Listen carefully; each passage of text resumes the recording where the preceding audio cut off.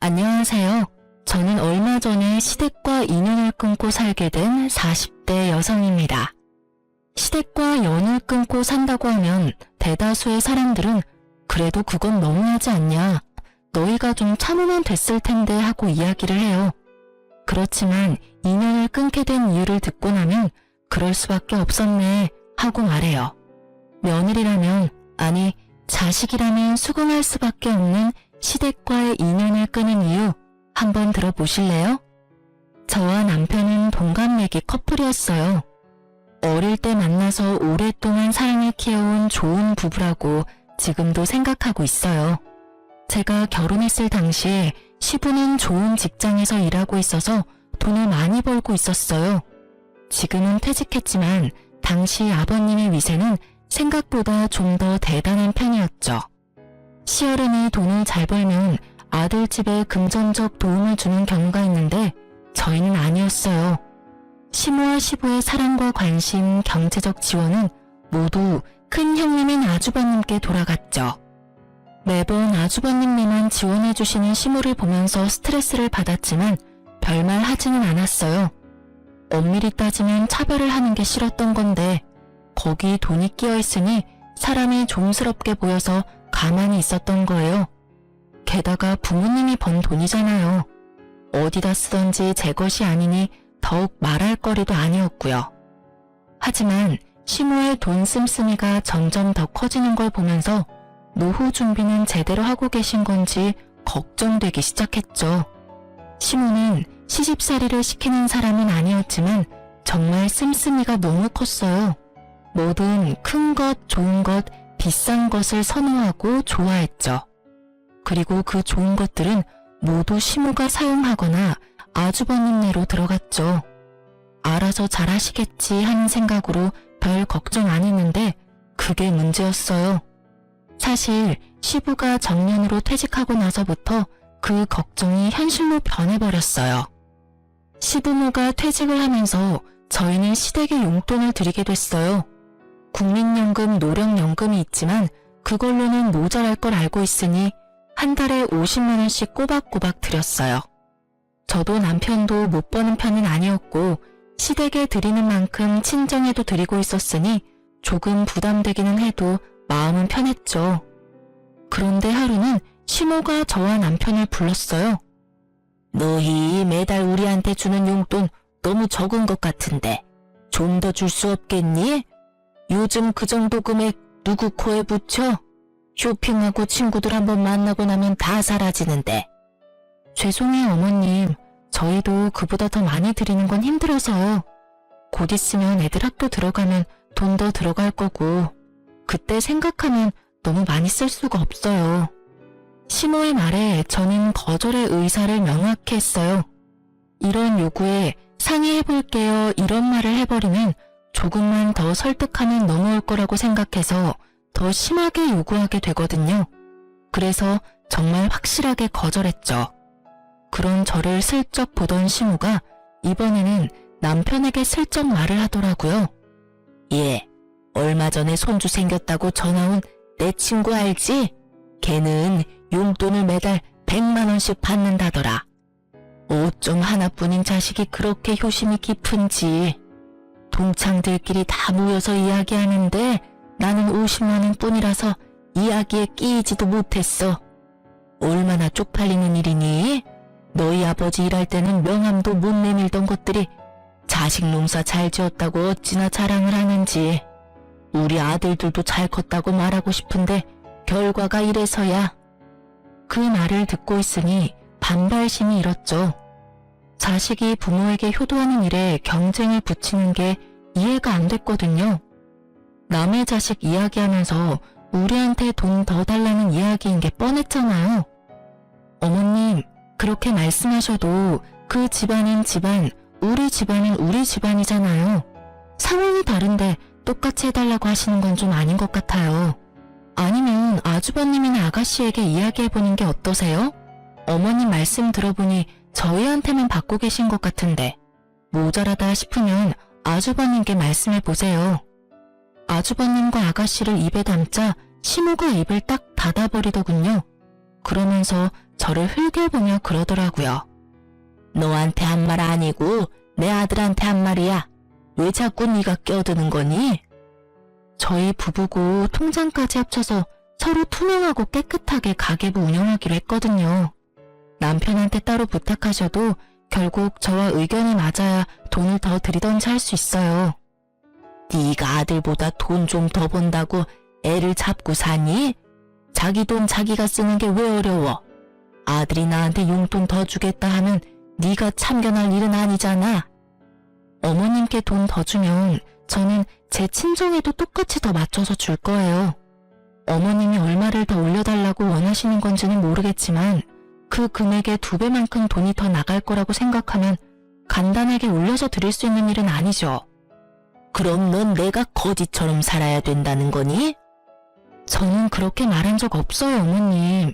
그치만 이제는 씀씀이를 좀 줄이시는 게 좋을 것 같아요. 예전처럼 쓰시면 당연히 돈이 부족하다고 느낄 수밖에 없으니까요. 저는 이때다 싶어서 시모에게 말했어요. 이제 아버님이 월급을 받지 않으시니 가게 규모를 좀 줄이시는 게 좋을 것 같아요. 네가 뭔데 돈을 쓰라 말아야? 우리 집 일은 알아서 할 테니 신경 쓰지 마라. 이 이야기는 다음에 하자. 결국 이야기는 마무리되지 못했고 저희는 집으로 왔죠. 남편은 난감한 표정으로 그러더군요. 여보, 미안해. 아버지 퇴직했으니 절약하시라고 말은 했는데 내 말은 안 들으셔. 기분 안 좋았지? 기분 나쁜 건 아닌데 걱정돼서 그래. 연세 드실수록 자식들이 부모 부양하는 건 당연하잖아. 그런데 저렇게 돈을 많이 쓰시면 나중에 감당이 안 되잖아. 당신이 말해도 내가 말해도 듣지 않으시면 아주버님께 말해볼까? 형님한테? 형님 아가씨하고 이야기해서 용돈 드리는 거 확실하게 정리하는 게 맞는 것 같아. 어머님 말씀 들어보니 우리만 용돈 드리는 것 같고 부모님 퇴직하셨으니 형제들도 다 같이 드려야 형평성이 맞지. 그렇게 아주버님과 아가씨를 저희 집에 초대해서 말했어요. 얼마 전에 어머니가 용돈이 너무 적다고 하셨어. 우리는 더 이상 드릴 수는 없다는 입장인데 형님이랑 동생 생각은 어떤지 물어보려고 부른 거야. 두 사람은 어머니한테 용돈 드리고 있어? 나도 드리고 있지. 우리 집은 30만 원 드려. 아, 나도 30씩 드리고 있지. 드리고 있다고? 게다가 다들 30만 원씩. 아, 시모가 우리에게 거짓말을 제대로 한 거였어요.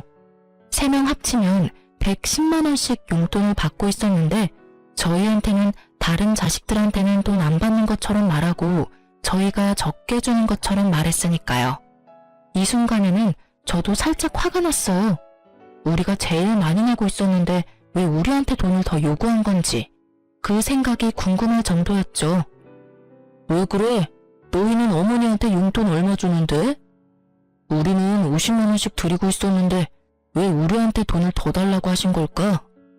돈 많이 번다고 자랑질이네. 재수씨 돈 많이 벌잖아. 많이 버는 만큼 내면 되지. 뭔 불만이야? 형이 그런 말 하는 건 아니시. 여태껏 부모님한테 받은 것만 보면 형이 더 많이 내야지 맞는 거 아니야? 어머니 돈 쓸 때 형한테만 썼는데 왜 우리가 더 내? 우리가 더 내는 걸 당연하게 생각하는 형님네를 보고 남편이 화를 냈고 저는 말렸어요. 야, 잘 벌면 좀 더 내면 되지. 뭘 그것 가지고 예민하게 반응해? 마누라 처가댁 생각하는 것도 적당히 좀 해. 우리 식구나 잘 챙기라고. 용돈 더 달라고 한다고 우리 모아서 뭐 할 건데? 더 달라 하시면 더 드려. 너한테 이야기한 것도 너희가 더 줄 수 있을 것 같으니까 말씀하셨겠지. 그래서 우리한테 다 떠넘기면 형은? 형은 더 해줄 생각도 없이 나한테 더 내라고? 난 못해. 다들 30씩 내고 있으니 똑같이 30씩 내던지 아니면 형이랑 동생이 20씩 더 올려서 다 같이 50을 내던지. 야, 난 30씩 드리는 것도 버거워. 그럼 결정됐네. 나도 30씩 낼게. 그럼 되잖아. 내가 뭐하러 형보다 더 많이 내? 내가 받은 게 형보다 훨씬 없는데. 결국 그날은 서로 기분이 상한 채 대화는 종료됐고 남편은 열이 완전히 받았죠. 그리고 저도 아주버님의 행동에 질리기는 마찬가지였어요. 우리한테 모든 걸 미루는 것도 열받았지만 저한테 빈정대듯 말하는 것도 짜증났거든요. 그날 이후 저와 남편은 시모에게 용돈을 주는 날 시모 집으로 찾아가서 말했어요. 어머님, 저희 아주버님이랑 아가씨랑 이야기해봤는데 다들 30씩 드리고 있었다고 하더라고요. 그래서 저희가 내는 만큼 올려서 드리자고 했더니 버겁다고 하셔서 모두 30 맞춰서 드리기로 했어요. 뭐? 웃기는 애들이네. 50씩 주던 걸 왜 30으로 낮춰서 줘? 저희가 어머님한테 많이 드리면 아주버님이 뭐가 되겠어요? 아무리 그래도 어머님 사랑 제일 많이 받은 장남인데 우리보다 덜 주면 기분이 많이 상하실 거잖아요. 그리고 형제 자매들끼리 이런 돈 문제는 확실하고 차별 없이 하는 게 문제가 생기지 않거든요. 그렇잖아도 아주버님께서 저랑 남편한테 돈 많이 버는 거 자랑하냐고 그러시더라고요. 자랑하려고 50만 원씩 드린 건 아닌데 듣는 사람 입장에서는 그런 생각이 드나 봐요. 그래서 30만 원으로 줄인 거니까 어머님이 이해 좀 해주세요. 그래도 줬다가 다시 줄이는 건? 아주버님 생각도 해주세요. 저희만 좋자고 계속 많이 내면 아주버님도 아가씨도 기분 안 좋을 거예요. 이해해주세요. 제 말에 시모는 아무 말 못하더군요. 저희를 속인 데다가 아주버님의 생각까지 듣고 나니 더 달라고 요구는 못하겠나 보더라고요. 그러다가 저희한테 물어보더군요. 너희 그럼 친정에도 적게 주니? 네, 저희 친정에도 30만 원으로 줄여서 드린다고 했어요. 친정에서는 별말 없으셨거든요. 달라고 해서 드리는 것도 아닌데 너희 주는 대로 받겠다고 하셔서 공평하게 줄여서 드리기로 했어요. 그 말을 듣고서는 아예 포기한 것 같더군요. 결국 시모는 용돈 더 달라고 했다가 용돈이 도리어 줄어들어 버렸죠.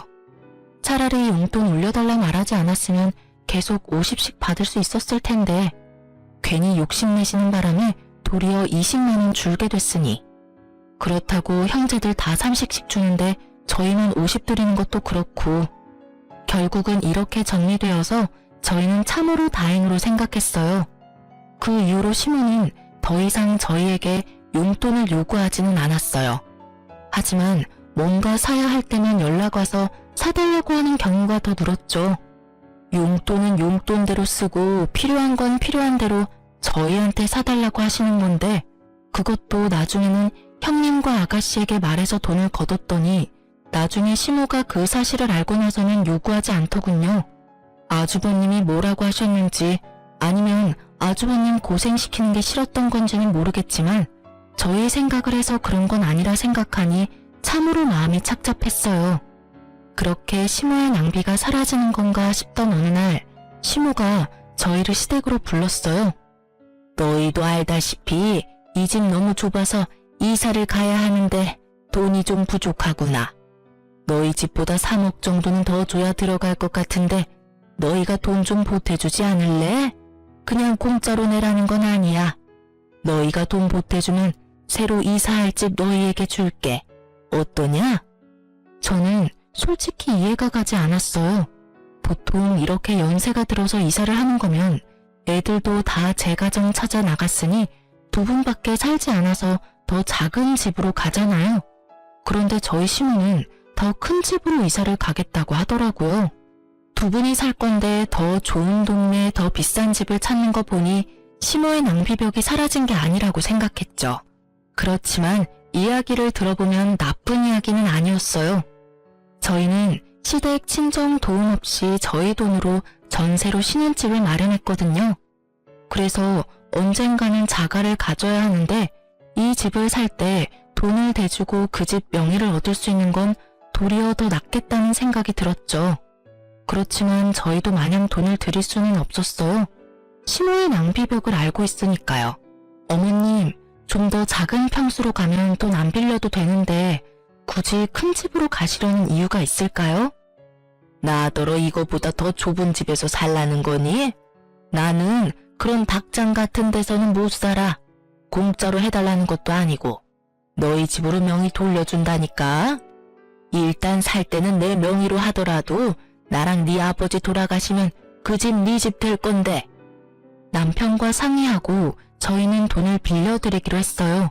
물론 그만큼의 목돈이 있는 건 아니고 저희가 가진 목돈을 다 넣으면 저희가 급할 때 쓸 돈이 없으니 대출을 진행하도록 하고 저희가 그 대출금을 갚는 형태로 하기로 했죠.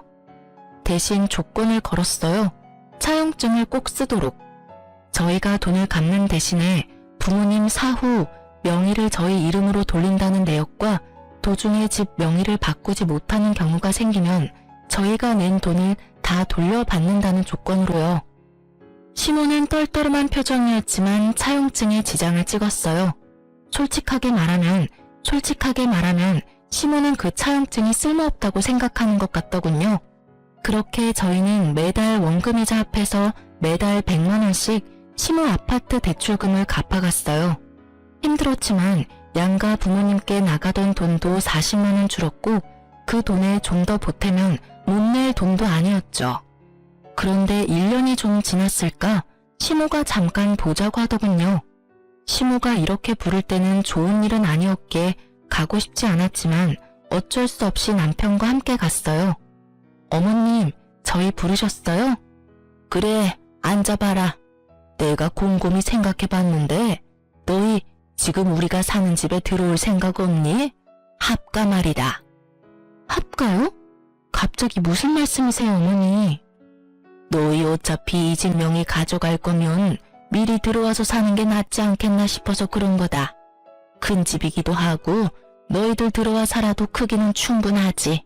그리고 돈 나갈 일도 줄어들 거 아니니? 그렇지만 나는 너희가 들어와 살았으면 싶구나. 우리도 나이가 들었고 둘이서 살기에는 좀 버거워. 너희 신혼집 어차피 곧 있으면 전세 재계약이지? 계약하지 말고 종료하고 들어와. 대신 전세금은 다른 데 쓰지 말고 들고 들어와. 너희 집 전세금은 써야 할 곳이 따로 있으니까. 시모의 말에 저는 그 써야 할 곳이 시댁에 새로 산 집의 대출금을 갚는 일이라고 생각했어요.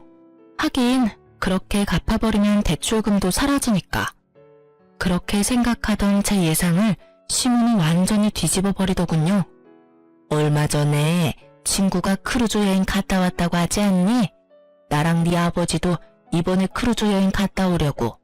친구가 하던 것보다 더 비싼 걸로 갔다 와야 되지 않겠어? 뜬금없는 크루즈라는 말에 저도 남편도 당황했어요. 저희 전세 자금을 시모 호사 여행에 쓰라는 말이었잖아요. 제 귀를 의심했죠.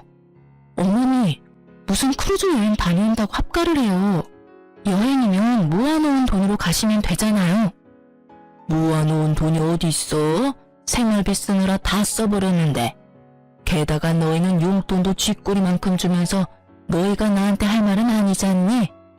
너희가 용돈이라도 두둑하게 주면 또 몰라도 고작 100만 원 안 되게 주면서 무슨 여행이야? 집에 쓸 돈도 없는데. 어머님, 연금에 저희가 드리는 용돈까지 합치면 한 달에 300 정도 되잖아요. 그런데 그게 모자라다고 하시면. 모자라다면 모자란 줄 좀 알아. 그래서 너희 전셋집 팔고 우리 집에 들어올 거니? 못 가요. 세상에 그런 이유로 합가를 하는 가족이 어디 있어요. 그리고 제가 몇 번이나 말씀드렸잖아요. 소비 좀 줄이시라고요.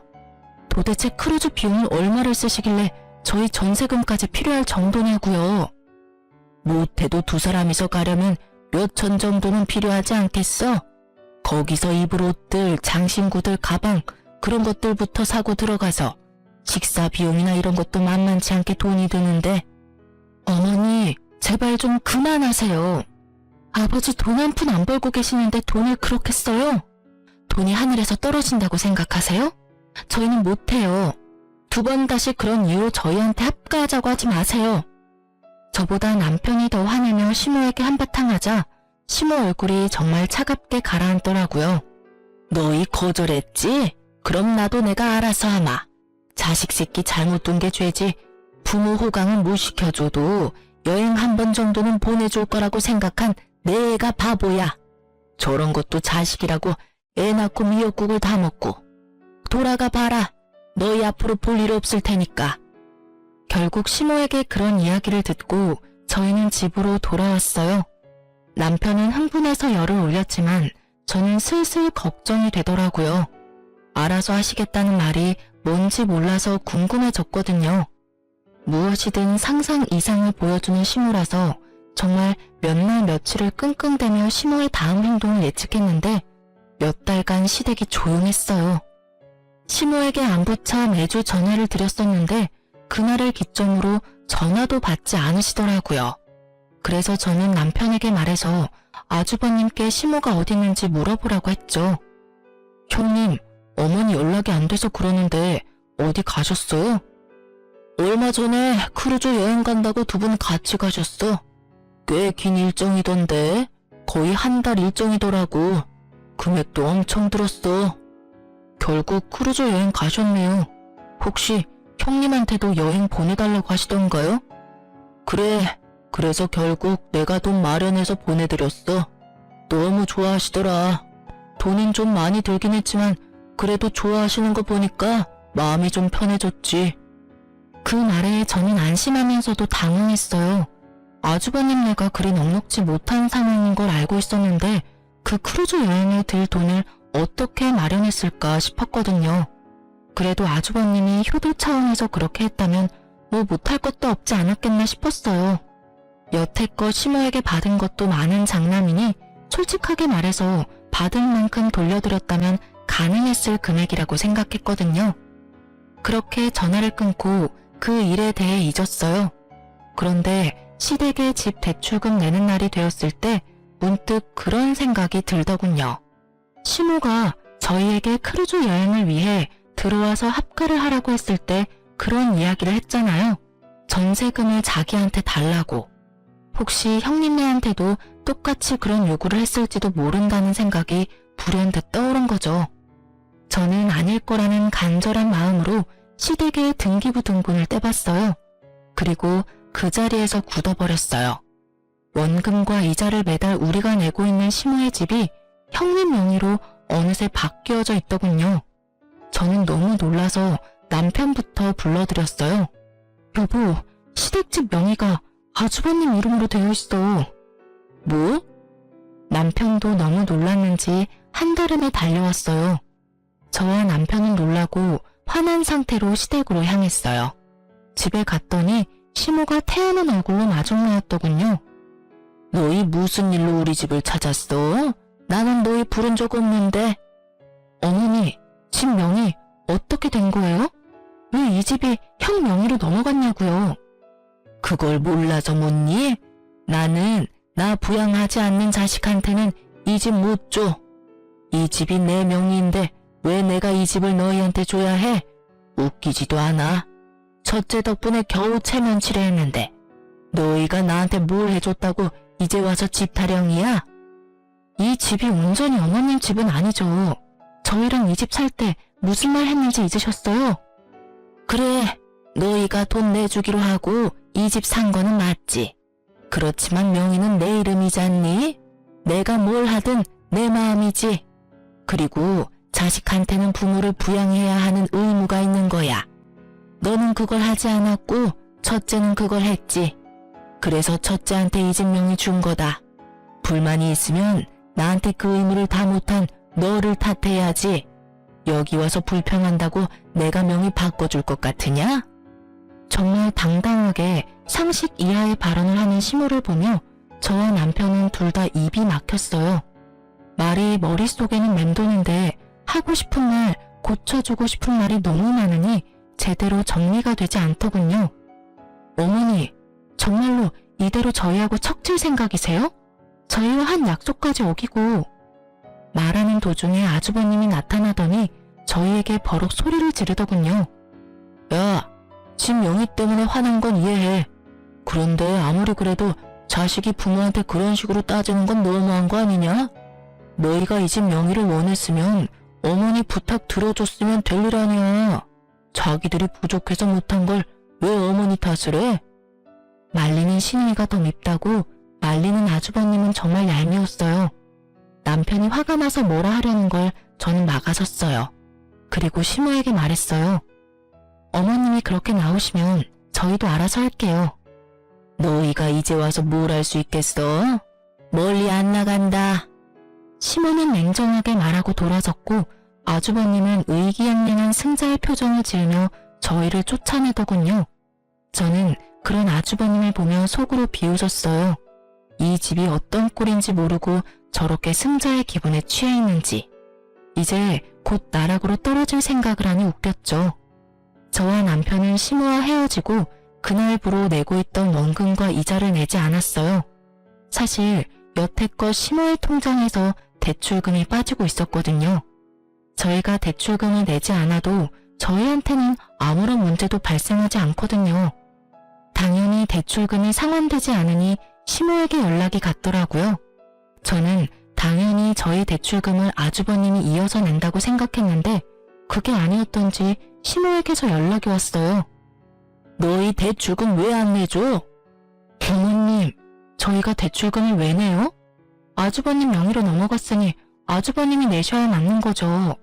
어머님한테 그렇게 잘하는 아주버님이시니까 잘 내주시겠죠.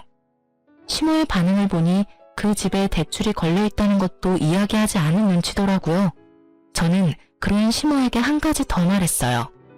그리고 어머님, 그 집에 저희가 낸 대출금 이자랑 원금요. 거의 2년 동안 내서 거의 2,500 정도 되거든요. 그거 다 돌려주셔야 해요. 차용증 내용 기억하시죠? 돈 빌려드리는 대가로 집 명의 주시는 거였고 집 명의가 부득이하게 바뀌지 못하면 저희가 낸 금액 그대로 돌려주신다고요. 가족끼리 돈 주고받은 건 법적으로 효력이 없어. 넌 그것도 모르니? 그렇게 생각하시고 지장 찍으신 거예요? 그런데 어떡하죠? 가족 간 차용증도 법적 효력 있기는 해요. 그래서 제가 매달 어머님께 꼬리표 달린 돈을 통장으로 넣어드렸잖아요. 빌려드리는 돈이라고 한눈에 알 수 있도록. 통장 이체 내역도 있고 차용증도 세세하게 작성되어 있어서 돈 돌려주시지 않으면 변호사 사무실 찾아갈 거예요. 준 돈은 돌려받아야 하잖아요. 만약 어머님이 안 주신다면 아주버님께 찾아가서 말씀드릴 거예요. 그래도 괜찮으세요? 시모가 잠깐 생각하더니 그러라고 하더군요. 이미 형님은 어머님네서 합가하여 같이 지내고 있으니 어쩔 수 없이 돈을 갚기는 해야 할 거라는 생각이 든 것 같더라고요. 그래서 저는 아주버님께 전화를 했어요. 제주씨, 바쁘니까 나중에 들으시면 후회하실 거예요. 그 집 혹시 대출금 띄고 있는 집인 거 알고 있으세요? 알고 있지. 어머니가 갚고 계신 걸로 아는데. 그럴 리가 있겠어요? 그 대출 사실 저희가 갚고 있었거든요. 어머님이 그 집 살 때 저희한테 돈 보태면 그 집 명의 저희한테 돌려주신다고 하셔서요. 그래서 지금 나한테 따지려고 전화했어? 그럴 리가요. 이미 명의 넘어갔으니 저는 별로 상관없어요. 그런데 문제가 하나 있거든요. 저희가 그 대출금 이제부터 내지 않을 생각이고 이미 낸 것도 다 돌려받을 생각이라서요. 대출이 얼만데? 집 시세 생각하면 그리 큰 돈은 아닐 건데. 대출 지금 한 달에 100만 원씩 꼬박꼬박 들어가고 있어요. 그리고 여태껏 낸 금액은 2,500만 원 정도 되는데 어머님이 못 갚겠다고 하시더라고요. 그러니 어쩔 수 없이 그 집 명의자인 아주버님께 돈 달라고 하는 거고요. 뭐? 달에 100만 원? 그렇게 많이 들어갈 리가 없는데 너 우리 속이려고 하면. 속일 생각 없고요. 그건 어머님 대출 계약서 보시면 아실 거예요. 집 살 때 대출 받았으니까. 거기에 원금이자 명확히 적시되어 있을 거예요. 왜 돈이 그렇게 돼? 계산이 맞지를 않잖아. 어머니 전에 살던 집 가격 생각하면 그 정도나 빌릴 필요가 없어. 네, 집값만 계산하면 그렇죠. 그런데 아주버님은 모르셨나 봐요? 어머님이 전에 살던 집을 담보로 돈을 빌리셨더라고요. 뭐? 깜짝 놀라는 목소리를 들으니 정말로 모르는 눈치였어요. 모르셨나 보네요. 어쨌든 어머님은 아주버님께 돈 받으라고 하니 그렇게 진행하려고요. 일단 빌려드린 돈 2,500만 원은 어머님이 갚으셔야 하는데 어머님 돈이 없으니 같이 살고 계신 아주버님께서 갚아주셔야겠어요. 2,500의 대출금까지. 아, 제주씨, 우리가 지금 그런 돈을 낼 만한 상황이 아니야. 말했잖아. 어머니랑 아버지 크루즈 여행 간다고 돈을 너무 많이 쓰셨다고. 게다가 지금 어머님이 쓰고 계시는 돈만 해도. 그건 저희가 알 바는 아니죠. 그런 거 다 감수하고 어머님이랑 같이 살기로 하신 거 아니에요? 어머님 낭비벽 있으신 거 몰랐던 것도 아니면서. 그리고 저희는 만약에 이 돈 돌려받지 못하면 변호사 찾아가서 소송을 걸든 뭘 하든 다 해볼 생각이에요. 부양하고 계시니까 그분이 친 사고는 잘 처리해 주실 거라 믿어요. 변호사 이야기까지 하니 아주버님도 살짝 놀란 것 같더라고요. 이렇게 강하게 나올 거라는 생각은 못했겠죠. 아주버님이 잠시 고민하더니 저녁에 시댁으로 오라고 하더군요. 같이 모여서 어떻게 할지 상의하자고요. 그날 저녁에 시댁에 갔는데 정말 웃기지도 않은 개그쇼를 보는 것 같았어요. 어머니, 왜 둘째한테 돈 빌리고 있는 거 이야기 안 하셨어요? 대출이 있다는 걸 알았으면 저도 집 팔고 여기 들어오는 일 없었을 거라고요. 이 집이 탐나서 들어오겠다고 한 건 너였잖니? 이제 와서 지금 부모한테 화풀이야? 예, 화풀이에요. 도대체 이 집에 잡혀있는 대출금 하며 어머님이 평상시에 쓰는 돈까지 제가 얼마나 힘들게 사는 줄 아세요? 와이프 얼굴 보기도 겁난다고요.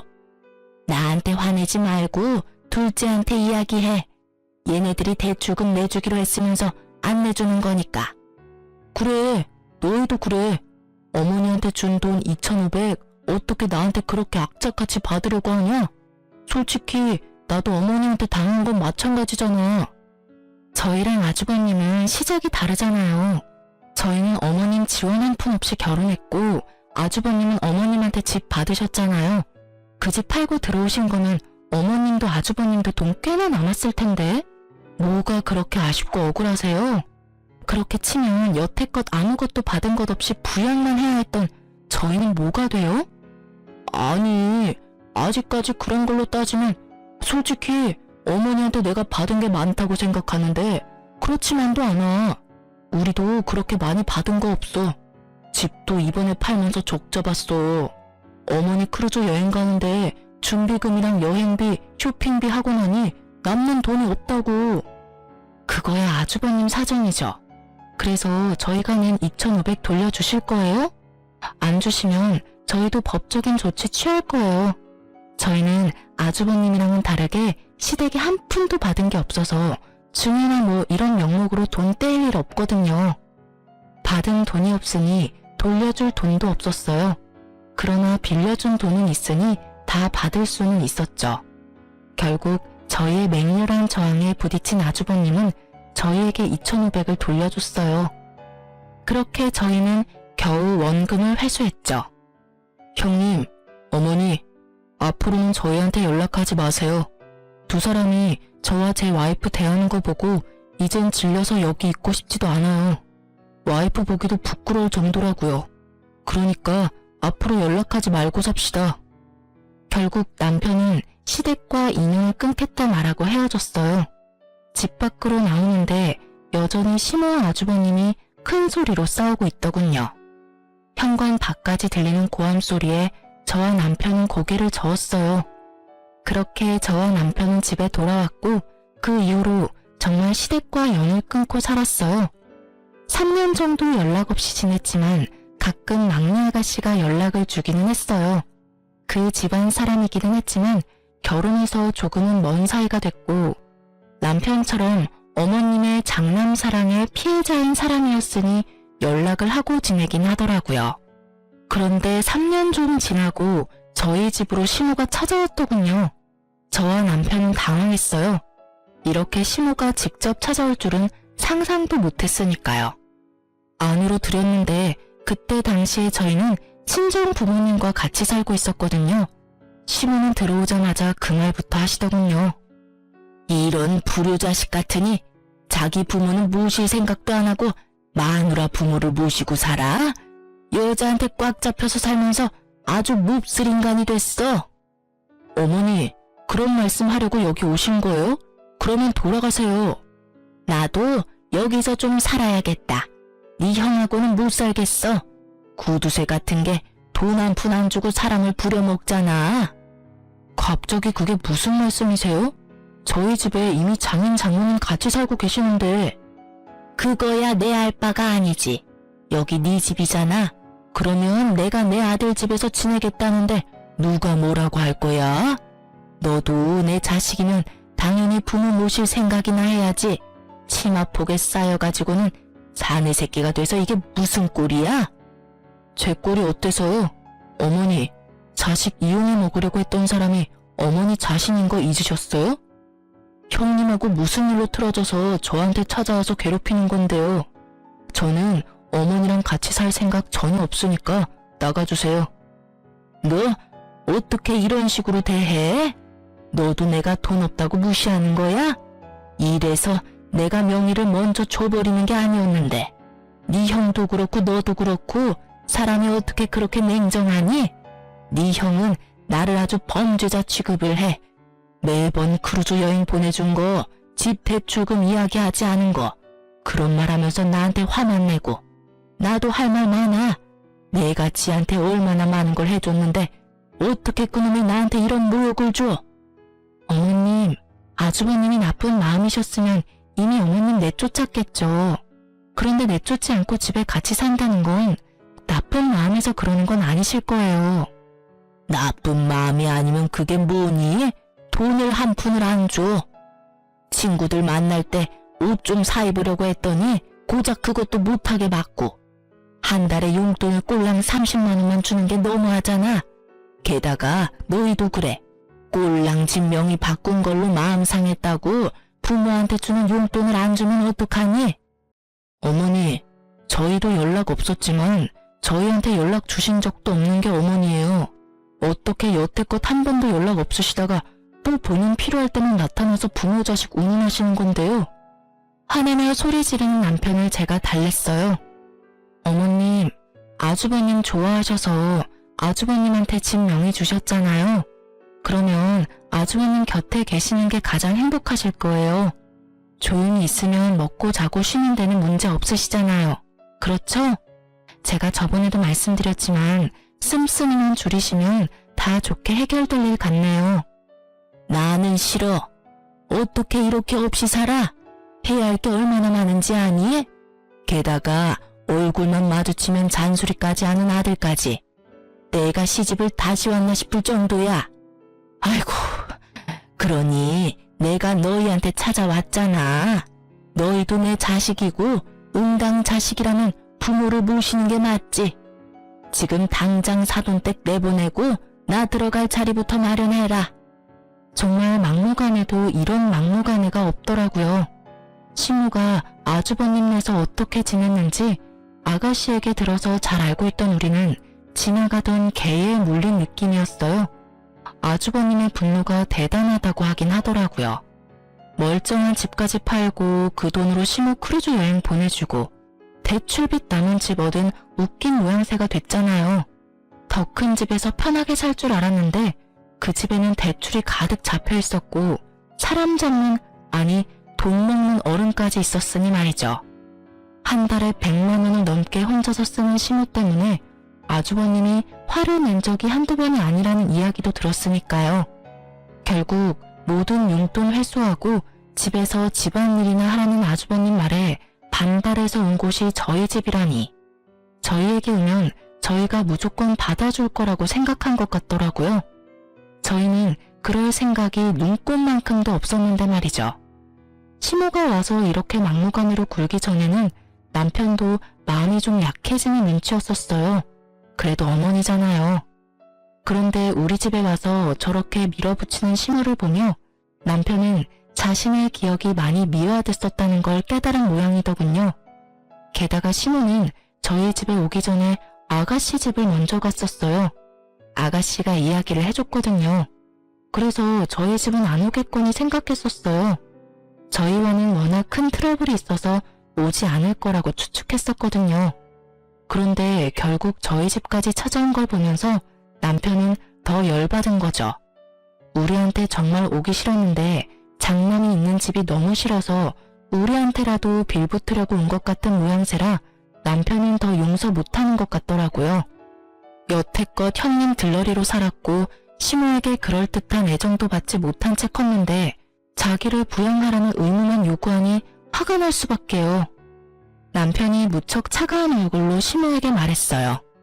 하늘이 두 쪽 나도 제가 어머니 모실 일은 없을 테니 집으로 돌아가세요. 왜 3남매들 모두 어머니를 모시기 싫어하는지 이유를 본인이 곰곰이 생각해 보시고요. 그리고 한 가지 더 말씀드리는데 형님한테 그만큼 돈 많이 쏟아부었으니 형님한테만 부양해달라고 하세요. 다른 자식들 여태껏 찬밥 신세로 만들고 평생 자식 이혼을 먹으려고만 하셨잖아요. 대학도 제가 벌어서 들어갔고 결혼도 제가 벌어서 했어요. 결혼 후에도 저희한테 돈만 요구하셨잖아요. 염치라는 게 있다면 저희한테 와서 될 일은 아니죠. 우리가 무슨 이유로 어머니랑 연 끊은 건지 잊으셨어요? 어머니가 형님만 자식으로 생각했듯이 저도 부모 없는 셈 칠 테니까 여태껏 해왔던 대로 연락 없이 지내요. 결국 남편은 아주버님께 전화해서 어머니 모시고 가라고 했어요. 아주버님은 너희가 모실 수 있으면 모시라는 식이어서 남편이 또 화를 낼 수밖에 없었죠. 시모가 집을 나가버리기를 원하는 아주버님의 모습에 남편은 시모를 직접 차로 태워 시댁으로 데려다 줬어요. 2번 다시 찾아오지 말라고, 이번에 찾아오면 진짜 호적파고 나가버릴 거라고 으름장을 놔버리더군요. 그렇게 강하게 반발하는 남편의 모습을 처음 봤는지 너무 놀란 시모는 그 이후로 연락을 하지 않았어요. 아가씨가 시모 소식 전해주려고 할 때마다 남편은 어머니 이야기 입 밖에도 내지 말라며 화를 내니 할 수가 없는 거죠. 아주버님네와 시모의 싸움에 등 터지는 아가씨는 그나마 저한테 시모와 아주버님의 근황을 알려주더군요. 시모가 화려하고 사치스러웠던 생활을 잊지 못하고 결국은 아주버님 카드로 카드론을 받아 쓴 바람에 아주버님에게 혼나고 지금은 조용히 식모처럼 살고 있대요. 한 번만 더 돈 때문에 사고치면 시모가 가지고 있던 비싼 물건들 다 팔아치워버린다고 했대요. 그리고 시모는 요양원에 데려다 주겠다고 말했다더라고요. 결국 시모는 아주버님 말에 꼬리 내리고 얌전히 식모처럼 살고 있고, 아주버님네는 집 대출금에 어머님이 빌린 카드론까지 갚으며 전전긍긍 살고 있대요. 와이프 눈치 엄청 본다고 하더군요. 하긴 형님도 속이 뒤집어지겠죠.